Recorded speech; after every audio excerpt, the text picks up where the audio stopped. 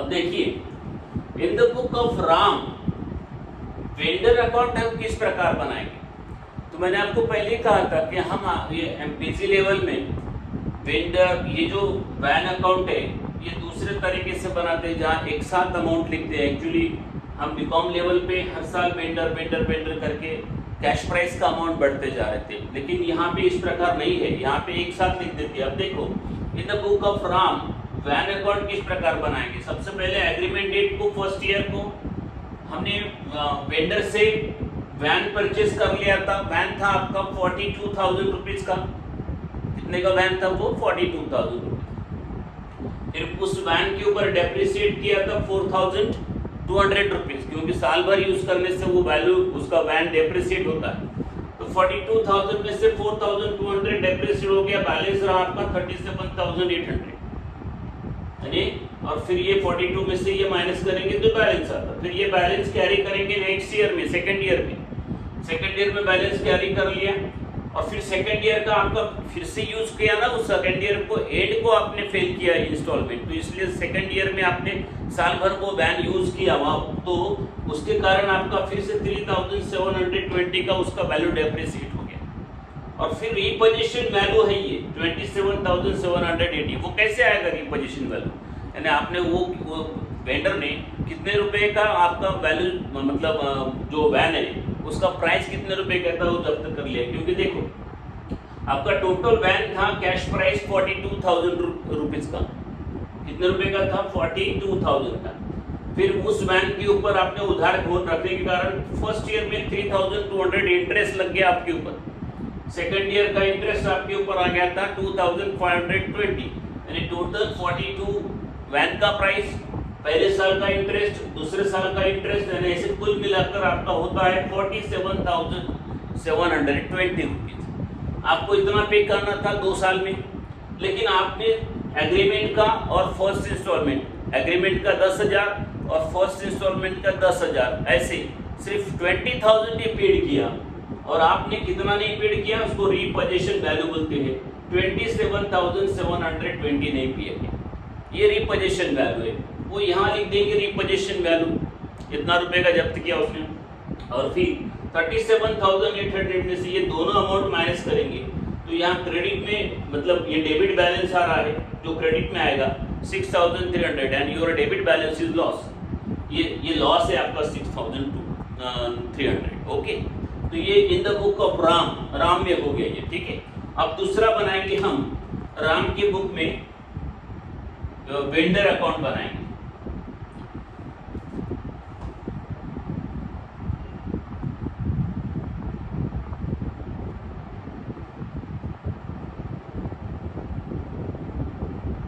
अब vendor account इस प्रकार बनते हो, यहाँ डेबिट में वेंडर है तो ये क्रेडिट में आएगा वैन के नाम से, और ये क्रेडिट वाला वेंडर है ये डेबिट में आएगा वैन के नाम से। तो चलिए मैं ये कट कर देता हूँ।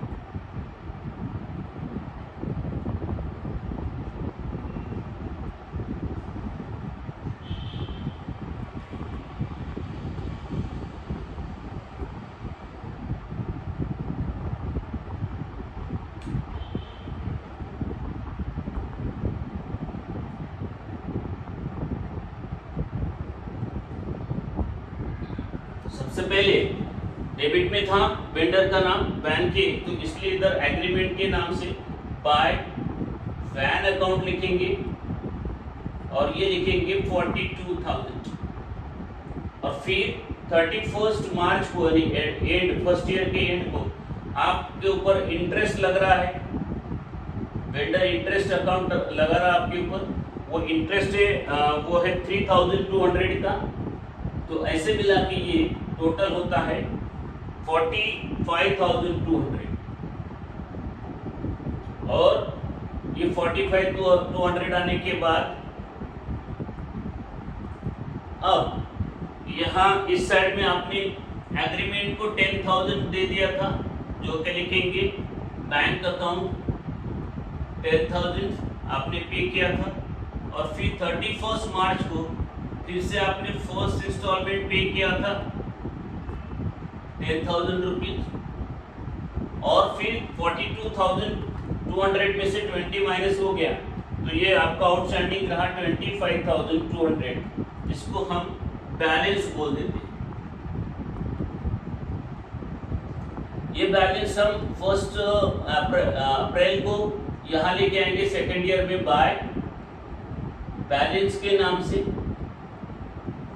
बैलेंस ब्रॉट डाउन 25,200, और फिर 31 मार्च को हम इंटरेस्ट चार्ज करेंगे, हमारे ऊपर चार्ज करेगा वो सेकेंड ईयर का इंटरेस्ट होता है 25,20। अब ये टोटल हो जाएगा 27,720, ये रिपोजिशन वैल्यू है। और ये आपका देखो या डेबिट क्रेडिट में वैन के नाम से आ गया, van account 31 March second year 27,720।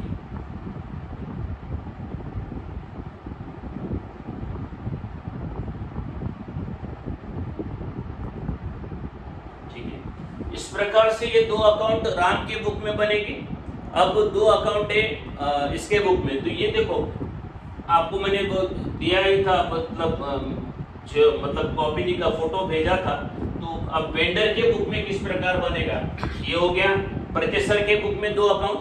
अब वेंडर के बुक में देखिए, ये सिर्फ कुछ नहीं, वेंडर की बुक में ये डेबिट वाले सब क्रेडिट में आएंगे और क्रेडिट वाले डेबिट में आएंगे। और यहाँ पे जो है, जहाँ वैन है, वैन की जगह राम का नाम आएगा वहां पे, और यहाँ पे भी राम, यहाँ राम का नाम आएगा जब इसके बुक में करेंगे। तो इन द बुक ऑफ वेंडर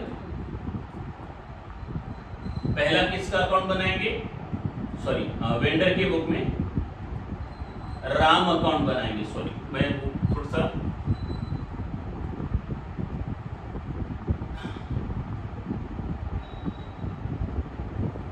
अब देखिए,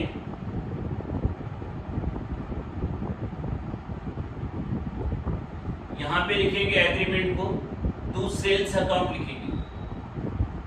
42,000 का सेल्स किया था और आपने 31 मार्च को उसके ऊपर इंटरेस्ट चार्ज कर लिया था, वो है 3,200 का। और आपको पैसा कितना मिला था, यहाँ एग्रीमेंट का पैसा मिला था बाय बैंक अकाउंट 10,000 आपको पैसा मिला था। और फर्स्ट इंस्टॉलमेंट आपको 31 मार्च को मिला था बैंक अकाउंट, ये भी 10,000 मिल गया था। और बचा हुआ अमाउंट आपको ये बैलेंस आया था,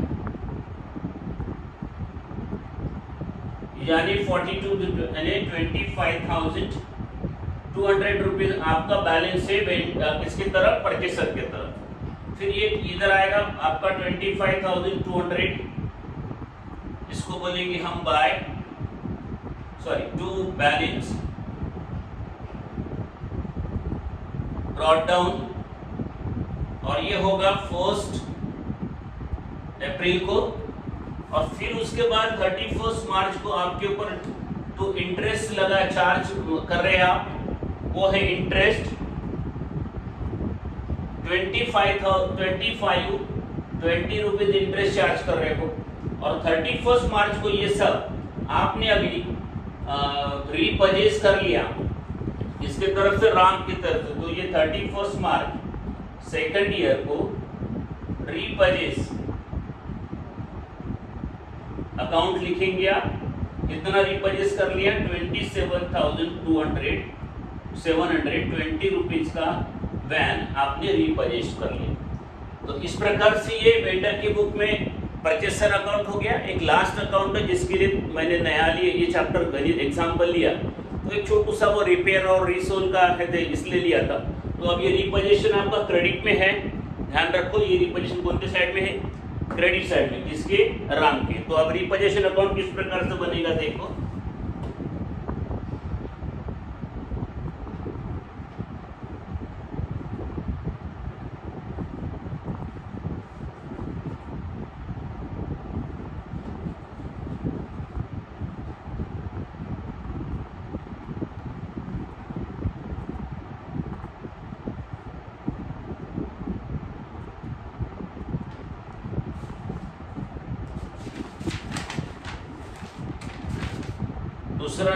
बनेगा वो अकाउंट?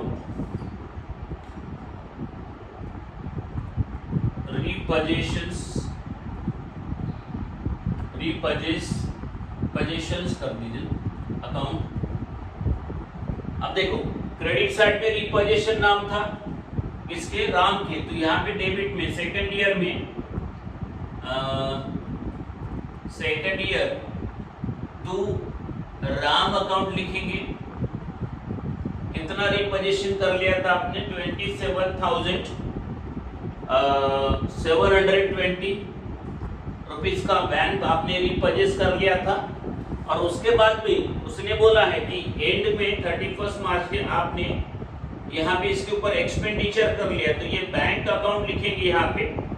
एक्सपेंडिचर कर लिया था ना आपने, ये बैंक रिपोजिस कर लिया था तो उसको एक्सपेंडिचर कर लिया था आपने। तो वो है 1,280 रुपीस का एक्सपेंडिचर कर लिया था। कितने रुपए का कर लिया था आपने? 27,720 का आपने बैंक पर रिपोजिस कर लिया।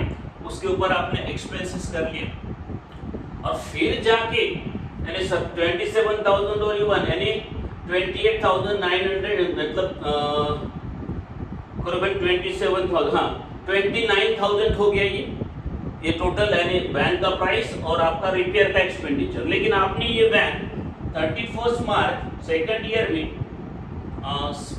बाय बैंक अकाउंट आपने इसको कैश में बेच दिया। सेल 31,000 में सेल कर लिया। कितने में सेल कर लिया? 31,000। अब डेबिट है 29,000, क्रेडिट है 31,000 means credit your credit balance. जो क्रेडिट बैलेंस है वो जो डेबिट बैलेंस और credit balance is your profit. तो यहाँ पे भी 2,000 का आपका आ रहा क्रेडिट बैलेंस। तो ये इसको profit P and L account लिखेंगे। It is your profit, vendor profit. Now total 31,000।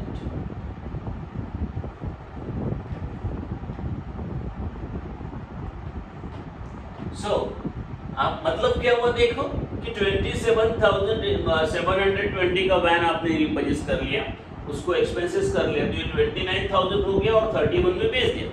तो आपको नेचुरली 29,000 की चीज वैन आपने 31 में बेच दिया तो 2,000 आपको प्रॉफिट हुआ।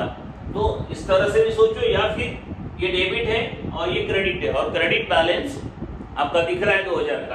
तो ये क्रेडिट बैलेंस जो होता है वो प्रॉफिट का होता है। ओके, तो इस तरह से आपका ये गणित फुल्ली रिपोजिशंस का कंप्लीट हुआ। अब रिपोजिशन फुल्ली वाले का पोर्शन 2 एग्जांपल में आपका खत्म हो जाएगा। अब मैं और एक एग्जांपल या फिर 2 एग्जांपल पार्शियल रिपोजिशंस के बारे में बताऊंगा। और वो पार्शियल रिपोजिशन का एक भी एग्जांपल समझा दिया तो ये 2 और वो 1 3 हो गए। तो आपका हायर परचेज चैप्टर आपको अच्छे तरीके से समझ गया, मतलब समझ ही जाने वाला है। तो आप अदर बुक से कोई प्रैक्टिस भी कर सकते हो। तो आप आराम से इस चैप्टर को मतलब रिपोजिशन के एग्जांपल को सॉल्व कर सकेंगे दोनों मेथड का, पार्शियल एंड फुल्ली रिपोजिशंस का। Okay, thank you.